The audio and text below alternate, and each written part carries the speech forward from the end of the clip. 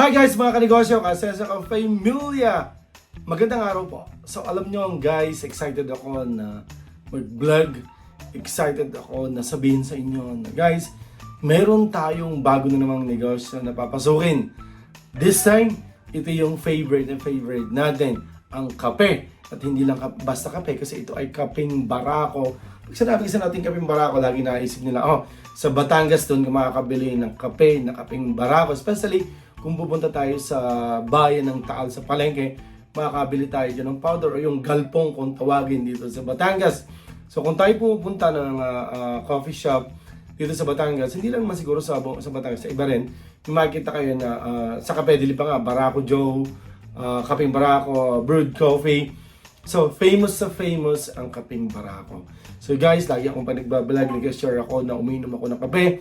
Alam nyo guys, para sa akin, sa katulad ko na negosyante, mas nakakapag-isip ako ng mga negosyo, mas nakakapag-isip ako ng mga ideas, techniques, yung mga bago kong gagawin kapag nagkakape ako. Kaya naman, nag-isip ako, kasi matagal na nga ito gusto ko talagang mag-business ng kape. Ayaw ko naman na magtayo ng isang coffee shop. Who knows? Malay natin in the future, magtayo tayo ng isang coffee shop or isang coffee shop na tatawagin na Cafe di Negosyante. Guys, ang ilalans pala natin na coffee natin ay Cafe di Negosyante. So, ito ay pinag-aaralan pa, yung mga design, yung packaging and everything, and yung price list, inaayos pa natin. Nakailang meeting na tayo. So, naghihintay lang tayo ng update. And soon, magla-launch tayo. Then, itong kaming ito guys, magkakaroon tayo ng mga reseller, magkakaroon tayo ng mga dealer, magkakaroon tayo ng distributors. Okay guys, sasabihin ng iba, Cafe di Negosyante, sa pangalan pa lang ng kape, ay para lang talaga sa mga negosyante. Guys, ito, sabi ko nga, itong Cafe di Negosyante, ito is para sa mga taong negosyante, nagpaplanong magnegosyo, at nag-iisip magnegosyo, or sabihin natin may negosyo at this time, or mga taong business minded. Paano naman kami mga empleyado? Paano naman kami na hindi nag-isip? Guys, sa totoo lang, ito naman talaga ay para sa lahat. Parang challenge nga yun. So, paano ba ako makakainom ng kape ngayon? Wala naman akong negosyo. Di magnegosyo nga tayo. So, para sa akin, marami tayong magagawa. Marami tayong maiisip kapag nagkakape tayo. So, ito yung time na nakaka-relax tayo, lalo na kung solo tayo. So, guys, kaya maganda itong kapeng ito, mag-i-enjoy ka na sa pagkakape mo, and at the same time, pwede ka pang mag-business.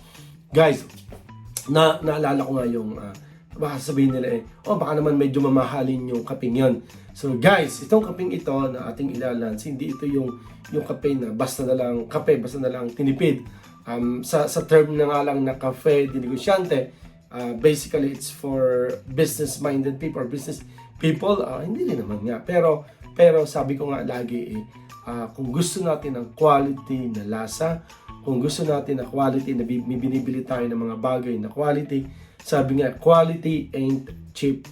Huwag naman tayong mag-iisip or mag-expect na mura ang ibinayad natin quality. So the same as with this coffee, itong coffee pong ito, hindi ito yung normal na coffee or sabihin na rin parang ganun.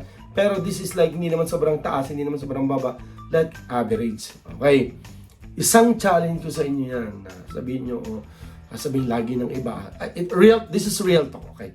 Sabihin ng iba, paano naman kami mahihirap? Paano naman kami? Guys, hindi namin kasalanan na ganun kayo.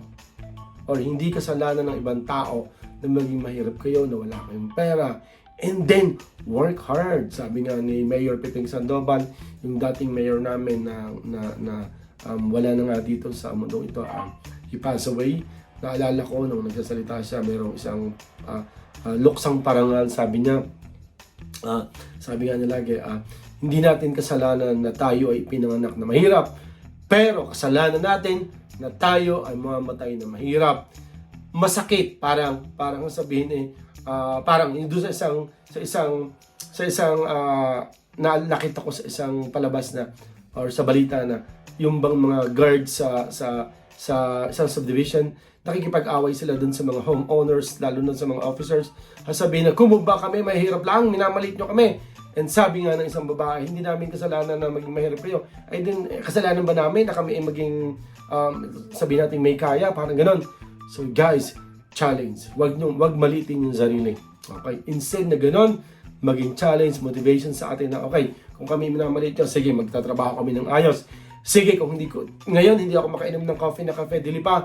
Pero, magsusumikap ako para by that time na ako ready na, bibili ako ng kape negosyante na kape at iinom ako. Dati, hindi ko ini-expect na makakainom ako ng kape or deserving bang uminom ako ng kape di negosyante. But then ngayon, nakakainom na ako ng kape di negosyante. Para sa akin, may napakalalim na meaning kung bakit kape di negosyante ang aking ipinangalan dito. Besides sa Negosyo Philippines sa YouTube channel natin, negosyante ako, mahilig ako sa kape, mahilig ako sa kapeng barako. May mas matindi pang dahilan kung bakit kape di negosyante. So, kung kayo ay sa ngayon, wala pa kaisip-isip na ako ay hindi naman ako magnenegosyo, wala akong plano magnegosyo, o natatakot ako magnegosyo, pero dahil sa kape di negosyante, magnenegosyo kayo, and later on, magiging successful.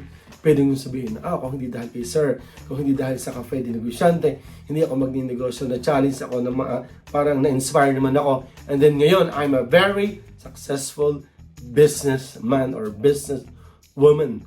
So, please share po itong vlog natin ito kasi gusto ko talaga maka-inspire. This will be the first of its kind na kape na para sa mga negosyante, para sa mga dumidiskarteng negosyante. Kahit ikaw ay ito kasi ang gusto ko para mamotivate tayo. Ang dami mong problema sa negosyo mo, ang dami mong bayarin, ang dami mong utang, gusto mo nang mag-give up. Pero dahil nakainom ka ng kape, at nakita mo, yung kape di negosyanteng ito. Si Sir Orly, yun ay warrior, yun ay matapang, marami ng pinagdaanan yun. Kung sa manok daw ay nakailang putol tahid na, nakailang panalo na. Yun. Pero, nandito pa rin tayo lumalaban. Guys, ako, napaka-positive na ako ay talagang lagi akong positive. Kahit pa sasabihin, iniisip ko, parang nakakatamad dahil ang dami kong babayaran bukas, wala pa akong pera, ang dami kong puponduhan, ang dami kong ganito, bakit ang project ganito? Pero, laging sabi ko, once nag-missing ako ng madaling araw, nag-shower ako, nagdamit tayo, nagsuklay tayo, humarap tayo sa salmen, you're the man. So, walang problema na hindi nare-resolvehan. Sabi nga, kung may problema tayo, huwag mong malin na. Yan lang. Kung wag natin, kung tayo if we're having a bad day, ngayon lang yon. Pagising sa umaga, iba na yon. So guys, mga negosyo, kasi stay tuned po sa ating ilalans na Cafe di Negosyante. Ang Cafe di Negosyante ito para sa mga taong nag-iisip ng negosyo, magnenegosyo, or dating nagnegosyo, or kahit pa talaga ikaw ay isang empleyado, pwedeng uminom ng Cafe di Negosyante. It's more than just a coffee. No. Mas mahigit pa yan sa isang, parang inire-represent niya is parang negosyo, parang success, parang ganun. So, sabi ko nga lagi, sabay-sabay tayong uminom ng kape, and then sabay-sabay tayong aasenso. Parang yung bang yung robust coffee na para pag uminom nun yung lalaki at babae, parang ganun. So, this will be parang ganun din siya na pag tayo uminom ng kape is parang sisigli yung pagninegosyo natin, and then tayo po ay asenso. So I'm very excited na i-share yung kape. I'm very excited din na mag-vlog or vlog ito para ma-share sa inyo. So sana i-share po natin, sana maka-inspire, sana maging ganado tayo. Yung nga Hinebra sabi nga, yun yung isa, parang bakit ba ka ba gumagising sa umaga? Parang pag uminom daw ng gin, ganado sa buhay. Hindi yung magiging ganado sa buhay dahil kinabukasan, hangover at masakit ang katawan, masakit ang ulo. So mga negosyo, kasi sa Cafe Emilia, maraming salamat sa pagtitiwala, maraming salamat sa panunood at pag-share, pag-comment, pag-like. Ito po ay para sa ating lahat. Hindi lang po ito para sa negosyante, but sa lahat ng tao na nag-iisip, na nagpaplano, na nangarap na umasenso sa buhay. Merry Christmas, advance Merry Christmas, and Happy New Year. God bless po. Pakishare po ng Cafe di Negosyante natin. God bless po. Bye-bye.